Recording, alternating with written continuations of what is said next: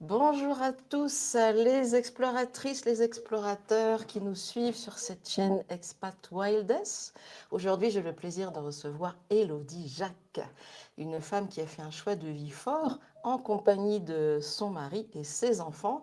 C'est ça que je trouvais super intéressant, qui est là dans l'immédiat le fait de partir s'expatrier vivre au Mexique. Mais au-delà de ça, ce que j'aime beaucoup dans la famille d'Élodie, c'est le fait que tout soit axé de façon très authentique et très entière sur le fait de vivre la liberté. Et quand on parle de liberté, donc Élodie et sa famille ont déjà été digital nomades. Ils font l'école à la maison. On parle ici, comme d'habitude, d'entrepreneuriat au féminin, de corps, d'âme, de territoire à explorer au-dedans et au-dehors. Bienvenue dans un voyage hors du commun avec nous et bonjour Élodie. Bonjour Sandra, bonjour à tous. Je suis ravie d'être avec vous. Alors moi, quelque chose que j'ai trouvé génial dans ce que m'a raconté Élodie de sa vie, de leur projet, c'est le fait que ce sont leurs enfants qui ont vraiment initié ce projet d'expatriation.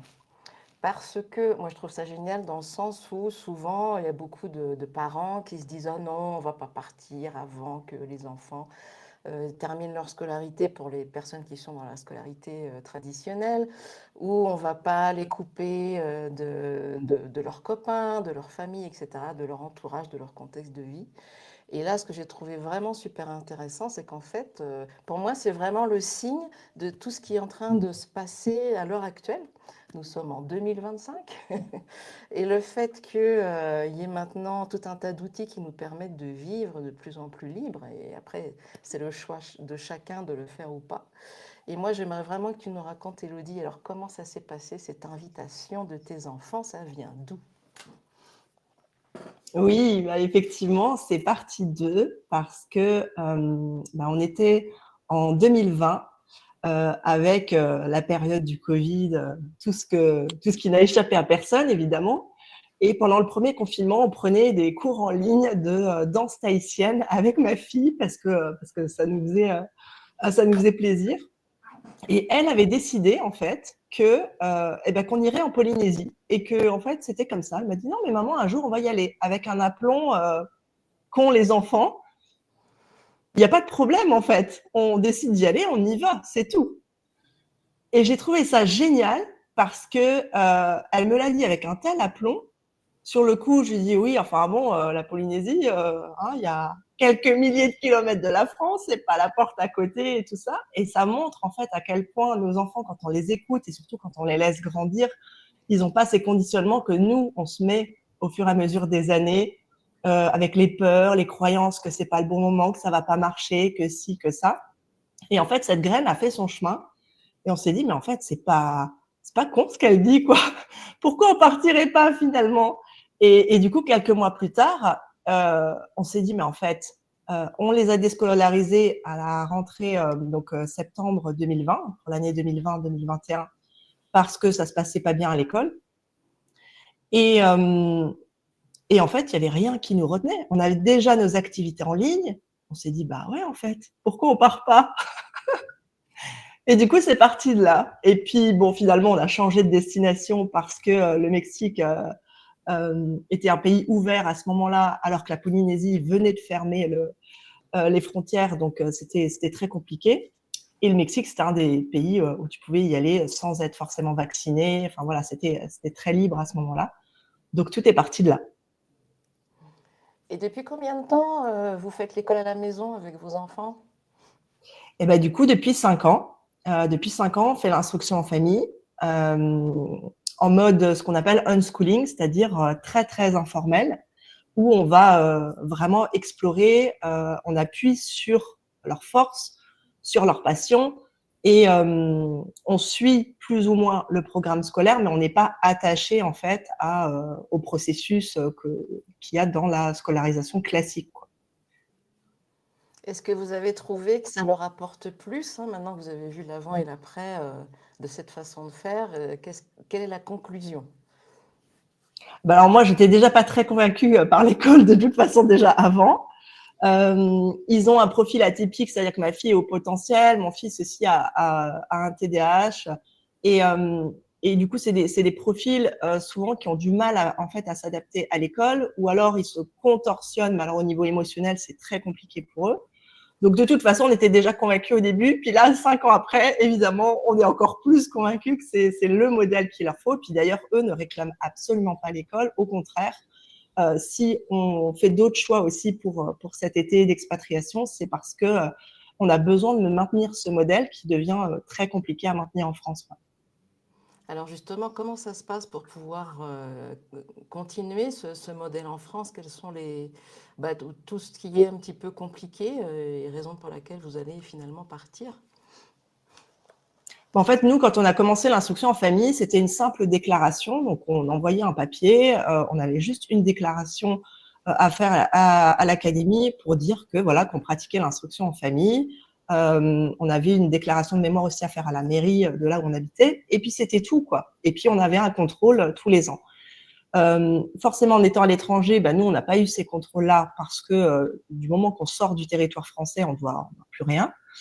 Donc ça, c'est le paradis parce que du coup, on fait au rythme des enfants et puis on n'est pas contraint par ça. Et depuis qu'on est revenu en France et qu'on est un peu plus nomade en France, on doit du coup se plier au contrôle. Puis maintenant, c'est une demande d'autorisation. Donc déjà, rien que le mot, ça dénote de toute la lourdeur qui pèse sur les parents parce qu'on ne devrait pas avoir à demander l'autorisation pour instruire ses enfants. Hein. C'est normalement un droit constitutionnel. Mais bon, passons ce débat.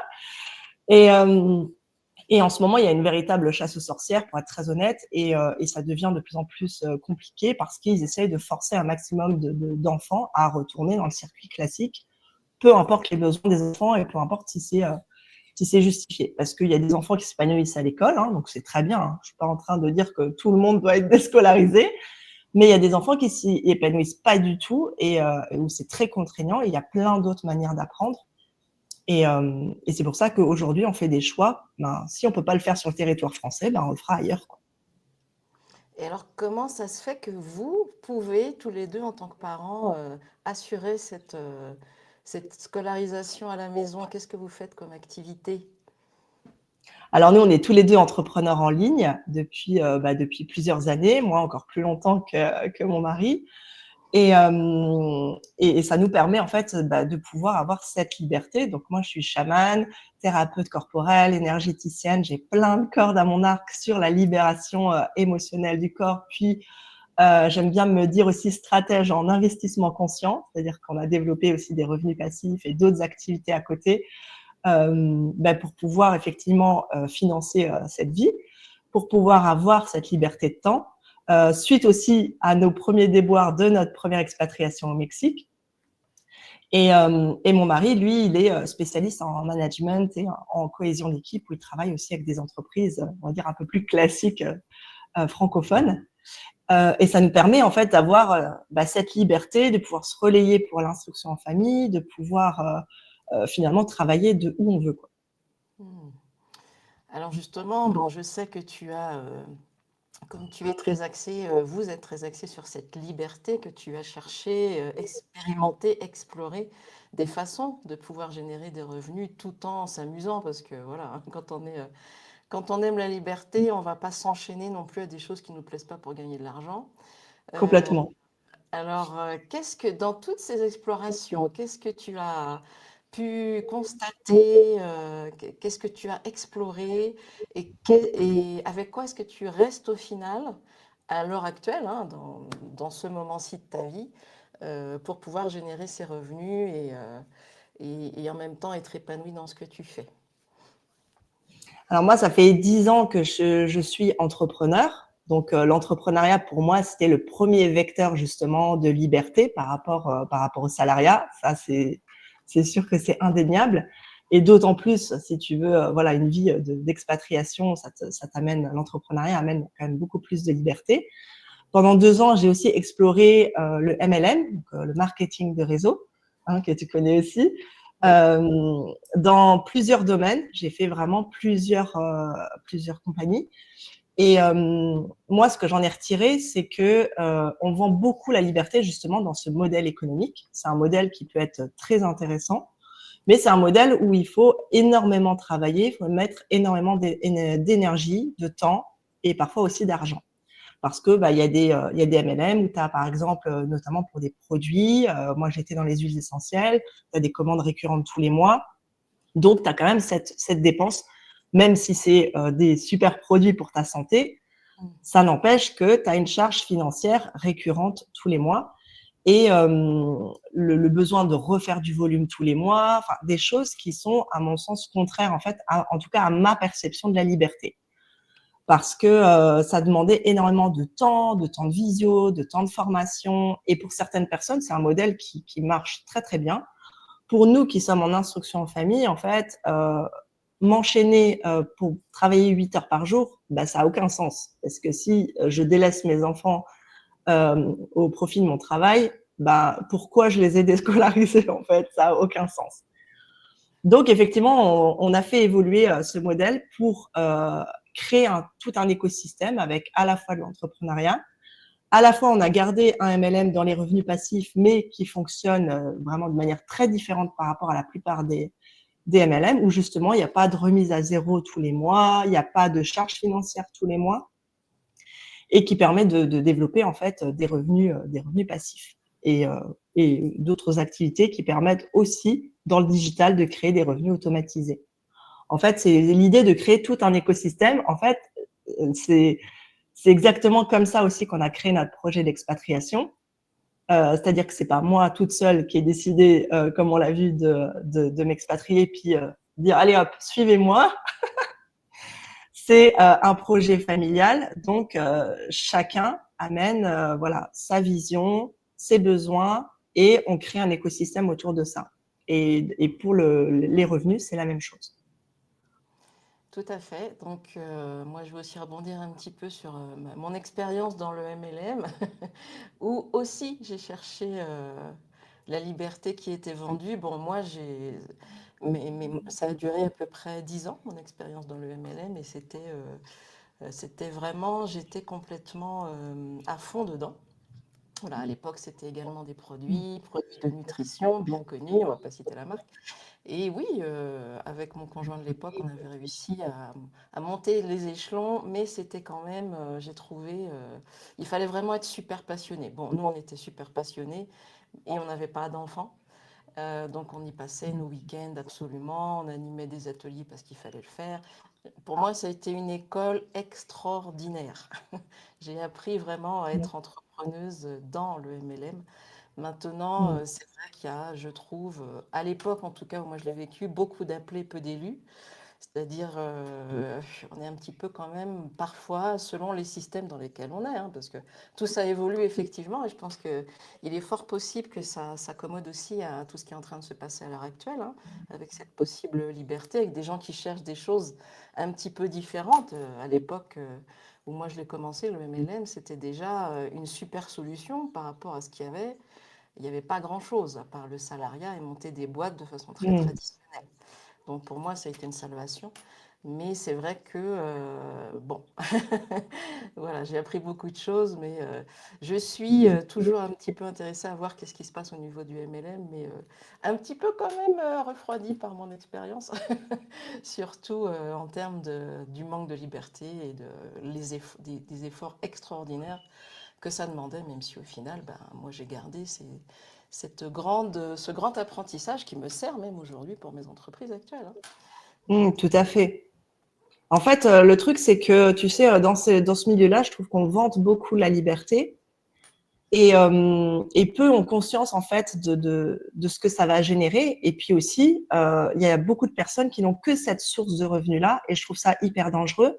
On l'a vu même encore récemment, hein, des grandes sociétés qui ont été créées il y a déjà très, très longtemps, peuvent s'écrouler du jour au lendemain. Et du coup, quand tu as passé ta vie, que tu as monté les rangs, que tu as créé des équipes et que tout s'écroule du jour au lendemain, parce qu'en général, ils préviennent quand c'est fait, et déjà émotionnellement, c'est pas évident de rebondir après avoir tout perdu. Et puis, bah, effectivement, tu as tout ton statut, ton revenu, tout qui s'écroule, quoi. D'où la nécessité de créer des écosystèmes et de ne pas avoir une seule source de revenus, quoi. Voilà, oui. On va avoir plusieurs sources de revenus. Donc là, le MLM que tu as trouvé, on ne va pas le citer ici, mais en tous les cas, quels sont les avantages que tu y trouves à l'heure actuelle par rapport à ce que tu as expérimenté de façon brève? Ça peut intéresser des gens. Oui, l'avantage, c'est que déjà, il y a, c'est pas qu'une société de MLM. Il y a une partie MLM où tu peux faire la promotion des services, tu n'es pas obligé de le faire. Et il y a une partie revenu passif qui est en fait de l'investissement dans une holding, dans une société tournée vers les nouvelles technologies. Donc, c'est un marché très porteur et surtout, cette partie, elle est complètement indépendante du MLM. C'est-à-dire que tu peux très bien juste investir de l'argent comme tu le ferais dans d'autres sociétés pour toucher des dividendes tous les ans, pour créer des revenus passifs. Et le MLM, c'est juste en fait, en plus, tu peux en parler et te créer des revenus d'affiliation. Mais voilà, tout est hyper encadré par rapport aux organismes, aux certifications et tout est hyper transparent. Et moi, c'est ce qui m'a donné confiance en fait dans cet écosystème et surtout que les deux soient indépendants. C'est-à-dire que la société de MLM pourrait s'effondrer, bah, il reste que tu as des investissements dans une société comme tu le ferais dans une autre multinationale ou dans une société dans laquelle tu as envie d'investir, tout simplement. Ok, super. Donc, comme d'habitude, on vous mettra les liens de l'invité du jour en dessous si vous avez envie de communiquer directement avec Elodie. Et là, j'aimerais qu'on revienne sur la partie ce que toi tu fais, ta création à toi. Comment toi tu t'es rencontré dans ton entreprise et ce que tu proposes par rapport à ce que je trouve très pertinent, cette idée de effectivement travailler sur le corps, parce que c'est vrai qu'on a tendance à se dire non, tout est mental ou tout est, comment dire, tout est énergie aussi. Et c'est vrai que parfois on peut oublier ce truc super simple et basique, notre corps, il est là et il a aussi des choses à dire et aussi des choses à équilibrer. Alors parle-nous de ça aussi. Et donc tu disais également que tu accompagnes, ça peut être aussi une option pour accompagner les femmes qui veulent soit créer leur propre activité et ou également s'expatrier, puisque ça va ensemble. Oui, oui, tout à fait. En fait, moi, j'ai connu ce rapport au corps il y a plus de 10 ans quand j'ai fait moi-même un burn-out professionnel dans ma vie d'avant entrepreneur. Je travaillais pour un des plus gros cabinets d'audit au Luxembourg. Et voilà, et puis c'était quelque chose qui n'était pas du tout aligné, je n'étais pas du tout en connexion avec mon corps, arriva ce qui devait arriver. Et j'ai été voilà, plusieurs fois harcelée au travail, ça m'a conduit vers un burn-out professionnel. Et en même temps que ce burn-out, pour vraiment que la vie me fasse réagir, j'ai failli perdre ma fille en fait d'une bactérie alimentaire. Donc tout ça pour dire que quand la vie voilà veut t'emmener sur un chemin, elle t'y emmène très fort. Et en fait, après ça, j'ai travaillé dans les institutions européennes à Strasbourg et j'ai rencontré, en binôme évidemment, une thérapeute corporelle. Et donc, mon chemin avec le corps, ça a vraiment commencé là, où j'ai pris conscience en fait qu'on pouvait déjà libérer les émotions par le corps, que tout ne passait pas juste en allant raconter sa vie à une thérapeute et qu'il y avait d'autres pratiques qui se faisaient qui étaient moins connues, mais qui se faisait pour aller libérer tout l'émotionnel, tout ce qu'on porte aussi depuis le temps in utero, on était dans le ventre de notre maman, et même on porte des mémoires des générations précédentes. Toute cette partie-là, en fait, crée des mémoires à l'intérieur du corps qui créent des tensions physiques, qui créent à plus long terme des maladies. Et il y avait possibilité de libérer en fait avec des techniques qu'on appelle somatiques de thérapie corporelle. Et ça m'a tellement passionnée déjà de le faire pour moi parce que ça me parlait pas du tout d'aller parler de ma vie, mais ces techniques-là, ça a été vraiment comme un coup de foudre de me dire ah ouais mais ça me parle. Et comme ça avait marché pour moi, évidemment, j'ai eu envie en fait de le faire professionnellement, d'en faire profiter d'autres femmes parce que j'avais envie d'accompagner spécifiquement les femmes, mais voilà, c'est pour tout le monde, de pouvoir aller libérer en fait tous ces poids qu'on porte et qui nous maintiennent dans une vie qui est pas la nôtre, en fait, quoi. Donc c'est parti de là et je me suis formée beaucoup sur les techniques somatiques, en énergétique, en danse intuitive, en chamanisme aussi un peu plus récemment. D'où le fait aussi qu'on retourne au Mexique parce que j'ai vraiment une connexion très forte avec ces terres. Et en fait, tout ça participe à l'accompagnement de femmes soit à libérer des maux physiques, soit effectivement dans leur projet d'expatriation, parce que dans le projet d'expatriation, on le sait que trop bien, il y a toutes les appréhensions, les peurs qui viennent de nous déjà, mais en plus toutes les peurs qui viennent de l'entourage, parce qu'en général, on déclenche beaucoup dès que on enclenche ce genre de projet, on déclenche beaucoup notre entourage, parce qu'on sort du cadre, parce qu'on sort des lignes. Alors nous, entre ça et l'instruction en famille, on a beaucoup déclenché autour de nous. Ça me permet aujourd'hui vraiment d'accompagner les femmes dans cette transition de vie.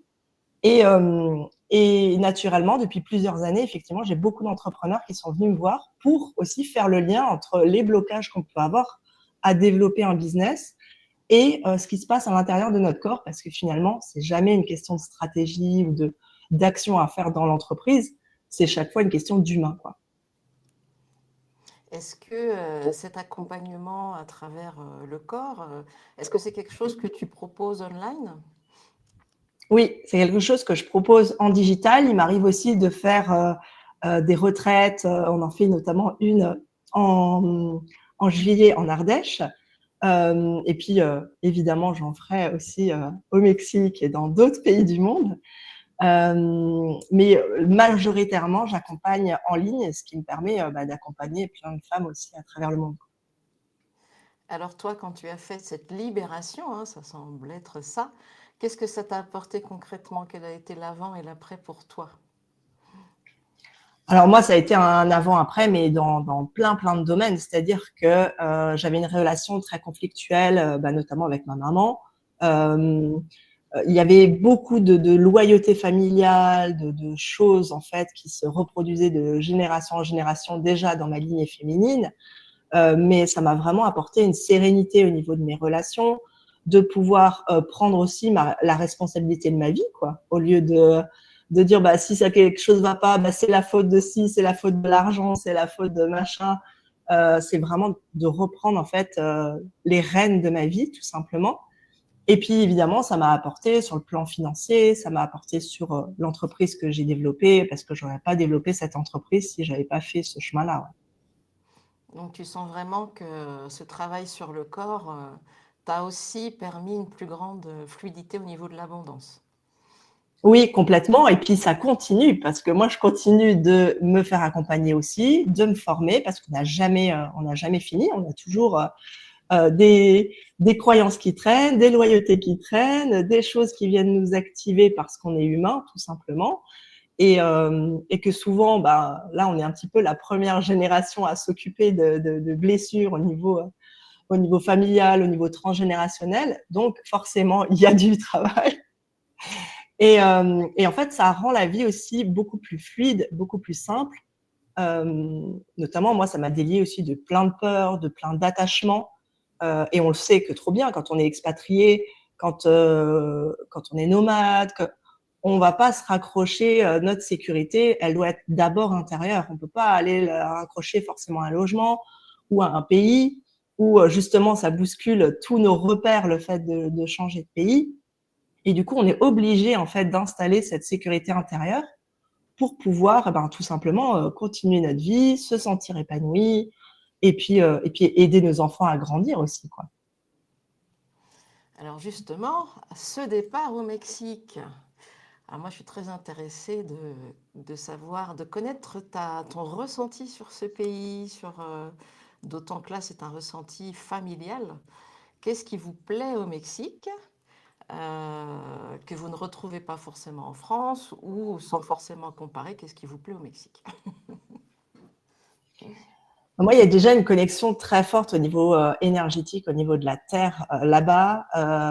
Lors de notre première expérience au Mexique, justement, on a eu l'occasion d'être. Nous, on a beaucoup été avec des locaux parce qu'on voulait s'immerger vraiment dans la culture. On a été On a vécu 3 mois dans la jungle. On a été notamment aussi dans un lieu où il y avait des cuisinières mayas. Donc, elles nous ont aussi appris des choses. Elles adoraient être avec les enfants. Enfin, et toute cette culture, en fait, je trouve, est hyper riche. Et globalement, ce qu'on a trouvé, en fait, c'est une joie de vivre au quotidien. C'est une joie de vivre, une espèce de légèreté, alors que matériellement, ils ont globalement, voire totalement, beaucoup moins que même la plupart, même qui ont des problèmes financiers en France. On en a toujours plus que la majorité des personnes là-bas. Ça a ouvert les yeux aussi des enfants, hein, parce qu'ils ont vu des enfants de 4-5 ans travailler sur la plage, ils ont vu de la pauvreté, ils ont vu une famille tout perdre, où nous, on avait, à ce moment-là, on était en train de donner des peluches, des choses comme on fait tous les ans avant Noël. Il s'est trouvé qu'il y avait juste une famille là qui venait de tout perdre et ça leur a, enfin, voilà, c'est une expérience humaine incroyable parce que pour eux, c'était la lune et pour nous, on donnait juste quelques petites choses, quoi. Et, euh, et en fait, j'en ai des frissons là quand je parle de ça. C'est vraiment en fait toute cette richesse humaine et le fait que là-bas, on a eu des situations où ils sont capables de tout donner alors qu'ils n'ont pas grand-chose en fait. Et ça, c'est vrai que c'est des choses qu'on retrouve quand même beaucoup moins en France et en Europe globalement, quoi. D'ailleurs, on n'a pas précisé quel âge ont tes enfants? Mes enfants ont aujourd'hui 8 et 12 ans. D'accord. Donc, ils n'ont pas encore commencé leur préadolescence, adolescence. Il y a encore cette vision voilà, de l'enfance, c'est chouette.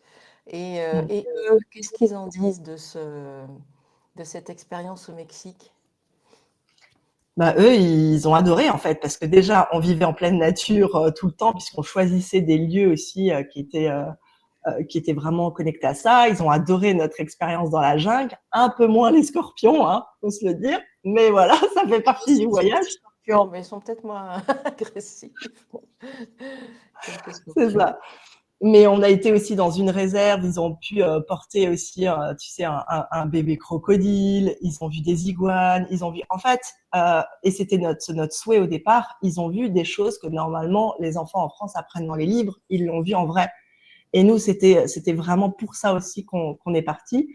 Et puis cette liberté, ils jouaient avec les enfants. Très vite, ils ont appris l'espagnol sur le tas. Ma fille, elle donnait même des cours de français aux autres mamans dans la piscine au Mexique. Enfin, il y a cette liberté et puis cette connexion aux apprentissages de. Et c'est pas un hasard que c'est eux qui réclament à y retourner aujourd'hui, quoi. En fait, ce sont vos initiateurs vraiment. Et bon, alors vous êtes des adultes très ouverts à ça, hein, mais C'est ça. qui leur avez déjà donné le sens du voyage parce que vous avez déjà été digital nomade et tout ça. Là, vous passez d'une expérience de digital nomade à une expérience d'expatriation, donc avec une idée de possible enracinement. Là, vous partez pour combien de temps au Mexique? Là, on part dans un premier temps pour 6 mois, déjà parce qu'on part dans complètement un autre endroit de notre première expérience.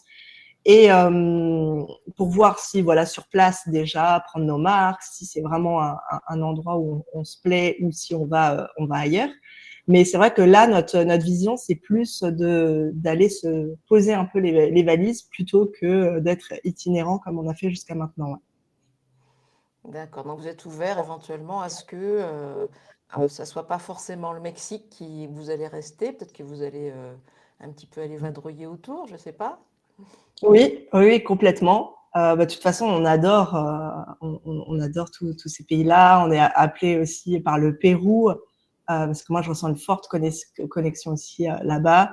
Le Pérou, le Costa Rica, et pourquoi pas la Bolivie, hein, sait-on jamais.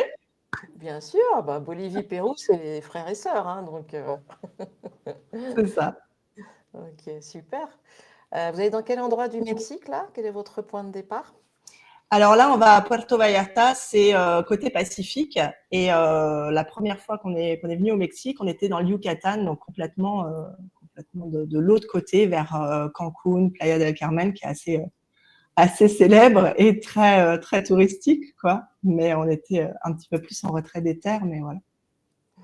D'accord, donc vous devez être assez impatient. Alors toute cette période de post-déménagement outre-mer, c'est toujours une période à la fois grisante et très stressante et très angoissante. Comment est-ce que vous vivez ça? Alors, on n'est pas du tout stressé. Nous, on est juste impatients de retourner et puis de partir d'ici pour plein de raisons. Donc voilà, et les enfants sont hyper impatients. Pour eux, si on pouvait partir demain, on partirait demain, quoi. Bon, bah, c'est génial, hein. C'est génial de vous entendre, d'entendre cet enthousiasme-là. C'est très, très, très inspirant. Alors justement, qu'est-ce que toi, en tant que femme, femme entrepreneuse, libre, indépendante, qu'est-ce que tu pourrais donner comme conseil aux femmes qui ont cette envie, hein, d'aller vivre un petit peu le genre d'expérience que toi tu vis avec ton mari? On peut le vivre seul, on peut le vivre en famille, on peut le vivre en couple. Bon, bref, chacune fait son destin, crée son destin. Quel conseil tu donnerais à une femme qui se sent appelée vers l'extérieur, vers l'expatriation, mais qui n'ose pas encore? Ou vers le nomadisme, hein, puisque tu as vécu ça aussi. Oui, tout à fait. Moi, mon conseil, ça serait de ne pas attendre. Parce que la vie est courte. Tu sais, j'entends beaucoup de personnes dire je ferai ça quand je serai à la retraite. Je ferai ça quand les enfants seront grands. Et ça, on nous a aussi beaucoup critiqué là-dessus, c'est de dire mais vous déracinez les enfants, c'est mieux quand ils sont grands. Non, au contraire, c'est mieux quand ils sont petits, parce que je peux t'assurer que s'ils ont jamais vécu ça, les déraciner à l'adolescence, bon courage. Et en fait, je pense vraiment que les enfants, ils sont aussi en rapport avec l'émotionnel des parents, quoi. Du moment qu'on est serein, qu'on a ce cadre sécuritaire, en fait, eux, ça va. Et pourtant, nous, on nous a beaucoup posé la question parce qu'on n'a pas arrêté de déménager. On bouge énormément, même en France. Donc, c'est vraiment de se poser la question, qu'est-ce que j'ai envie de vivre? Est-ce que vraiment je suis heureuse là où je suis? Est-ce que je me vois continuer comme ça 1 an, 2 ans, 5 ans, 10 ans? Nous, quand on a pris la décision, la réponse était clairement non, aussi lié au contexte qu'on vivait en 2020. Mais c'est de se dire, est-ce que vraiment c'est ça que j'ai envie de montrer à mes enfants? Est-ce que c'est la vie qu'on a envie pour eux aussi, quand on a des enfants? Et quand on le fait pour soi, qu'on n'a pas forcément des enfants, c'est de se dire, mais qu'est-ce que j'ai envie de vivre moi? Est-ce que aussi, tu sais, le truc de dire, est-ce que j'ai envie de vivre avec des regrets parce que je l'aurais pas fait? Et à force de le repousser, il peut se passer n'importe quoi, en fait. Je vois des fois des personnes qui disent mais moi, je vais m'expatrier, mais dans 3, 4, 5 ou 10 ans. Moi, je suis là. Bon, alors moi, c'est vrai que j'ai une capacité à quand même décider très, très vite et enclencher des choses assez rapidement. Mais l'idée, c'est pas comme ça, n'importe comment, mais juste de se poser la question, qu'est-ce qu'on a envie de vivre? Ok, et si c'est quelque chose vraiment qui vient de mon corps, qui vient de mes tripes, où j'ai vraiment envie de vivre ça, mais c'est juste des peurs parce qu'il n'y a personne autour de moi qui le fait, ou parce que on m'a dit que c'était dangereux, ou parce qu'on m'a dit que c'était compliqué. Moi, je peux vous dire qu'on est parti avec 2 enfants et un chat, parce qu'on a un chat qui a voyagé avec nous pendant tout le temps où on était au Mexique, en Espagne. Là, on repart avec 2 autres chats, parce qu'entre-temps, on a eu des chatons. Donc, on repart avec 2 autres chats. Donc, vraiment, les complications, on pourrait se dire, on a accumulé, en fait, des complications. Et non, c'est possible. C'est possible, ça s'organise, ça se planifie. Et surtout, ce que je vois qui plombe beaucoup de personnes, c'est le côté financier. Et le côté financier, c'est pareil, ça se prépare. Et c'est pour ça que je parlais d'écosystème. C'est en fait de créer plusieurs sources de revenus avant de partir. Ça permet beaucoup plus de légèreté. Parce que nous, dans notre première expatriation, on ne l'avait pas fait. Et à ce moment-là, mon entreprise a commencé à battre de l'aile et ça a été très compliqué. C'est d'ailleurs aussi les choses qui ont fait qu'on est revenu en Europe, parce que sinon on serait resté là-bas, clairement. Et du coup, c'est essentiellement mon conseil, c'est de prévoir le côté financier et pas seulement de prévoir, de se dire oui, c'est bon, j'ai un travail. Non, non, c'est de prévoir plusieurs sources de revenus. Aussi parce que ça simplifie la vie plutôt que de se dire il faut absolument que je travaille sur place, alors il faut des visas, il faut machin, il faut plein de choses. On peut aller tester ce mode de vie en travaillant en ligne et en mettant des choses en place qui ne sont pas si compliquées, quoi. Voilà, donc toi, tu dirais, bon, il y a quand même une préparation minimum, c'est-à-dire que une personne qui là se dirait allez, je quitte tout, je quitte tout et puis tiens, je suis jamais allée au Mexique, mais je vais aller au Mexique avec ma valise. Alors ça peut fonctionner, hein. Moi je connais Oui, des gens pour qui ça a fonctionné, mais c'est vrai que je pense que l'être humain a quand même besoin d'avoir un petit cadre. Et au final, vous avez déjà en fait un petit peu voyagé dans le monde, donc vous aviez déjà la préparation de, parce que moi je conseille toujours quand on a un pays dans le cœur comme ça, d'y aller au moins une fois pendant quelques semaines, voire quelques mois, parce que entre ce qui est écrit sur ou ce qu'on peut voir maintenant sur les réseaux sociaux et comment moi je vais vivre ce pays, il peut y avoir un gap super important. ouais, Euh, complètement. Parce qu'en plus, il y a un pays qui peut te correspondre et pas me correspondre. C'est vraiment aussi une question d'énergie et de plein de facteurs aussi en rapport avec le pays. Le Mexique, par exemple, bah, ça fait partie aussi des pays avec des températures tropicales. Bah, aussi, c'est une adaptation du corps, en fait, de vivre avec dans des zones avec autant d'humidité et tout. Il y a des personnes, ça va pas du tout leur correspondre. Il y a des personnes qui sont plus faites pour des pays froids. Moi, je suis pas du tout câblée pour des pays froids. Déjà, l'hiver en France, c'est très compliqué pour moi. Donc, en fait, effectivement, c'est des choses où ça peut être intéressant d'aller tester et du coup de vérifier aussi ben, la durée du visa touriste. Au Mexique, c'est l'idéal parce que tu peux être déjà touriste pendant 6 mois.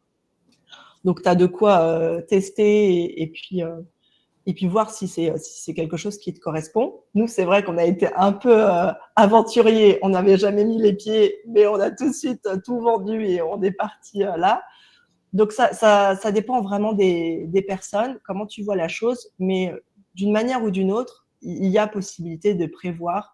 Et même quand on n'a pas mis les pieds en fait dans ce pays-là, de prévoir la base financière, bah, ça permettra toujours de rebondir. Donc nous, on a toujours trouvé des solutions, même dans des moments où c'était très compliqué financièrement. Mais après, je le souhaite à personne parce que émotionnellement, surtout quand on voyage avec des enfants, c'est quand même, ouais, c'est pas évident à vivre. Donc autant voilà, ne pas rajouter au challenge de la vie et se sécuriser, avoir une base financière où on peut rebondir, on peut changer d'endroit si ça nous correspond pas. Et, euh, et voilà. Et puis l'argent permet effectivement d'amplifier la liberté. C'est pas seulement l'argent qui crée la liberté, mais la liberté sans argent, j'y crois pas tellement, quoi. Oui, il faut vraiment avoir un caractère très particulier pour être dans la vie. Ça existe aussi, tout existe au final. Mais bon, Mm, le tout, c'est de bien se connaître soi-même déjà pour savoir qu'est-ce qui va être, on va dire, plaisant, harmonieux pour nous. Alors, l'expatriation, c'est pas toujours plaisant, évidemment, il y a des challenges, hein. Mais on aime ça. On aime ces challenges, je pense. En tout cas, moi, je préfère ces challenges-là que les challenges de devoir rester dans un type de société qui ne me correspond pas. Dans mon cas, pour complètement. l'instant, la France ne me correspond pas. Mm, Mais ça peut changer, la France peut évoluer, bref. Pour moi, l'idée toujours, c'est de partager tous ces parcours initiés par des femmes ou voilà, partagés par des femmes, dans votre cas, le cas d'une famille, et que chacun puisse y trouver des inspirations et donner la voix au côté un petit peu plus féminin de l'entrepreneuriat, de tout ce qui est possible en termes de revenus à l'heure actuelle, que ce soit pour mm. créer notre liberté ou pour créer notre liberté là où on habite et notre liberté géographique si on veut partir. Je te remercie beaucoup, Elodie. C'est un partage super intéressant que tu nous as fait là. Très enrichissant. Je suis sûre que tout le monde va apprécier. J'invite d'ailleurs les personnes qui nous écoutent à me mettre en commentaire quelles sont vos peurs. Quelles sont vos peurs qui vous empêchent de partir à l'heure actuelle?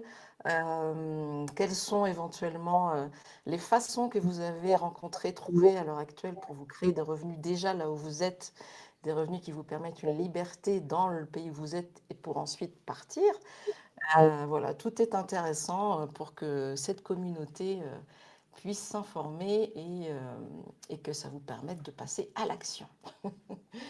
Donc, merci Elodie. On a Merci Sandra, ça a été un plaisir d'être là et de partager avec toi. Et puis bah, j'espère que ça aura pu ouvrir des voies et puis inspirer d'autres personnes qui ont envie de se lancer. Voilà. Et puis, encore une fois, on vous met les liens, tous les liens d'Elodie juste en dessous si vous avez envie de suivre son parcours, parce que j'imagine que vous allez le partager un petit peu sur les réseaux, de Oui, suivre voilà, cette installation, d'aller voir un petit peu ce qu'elle vous propose également, si vous avez envie, voilà, si ça résonne avec vous. Eh ben, au revoir à tous et à tout bientôt pour une prochaine vidéo. ciao, ciao. Ciao, ciao.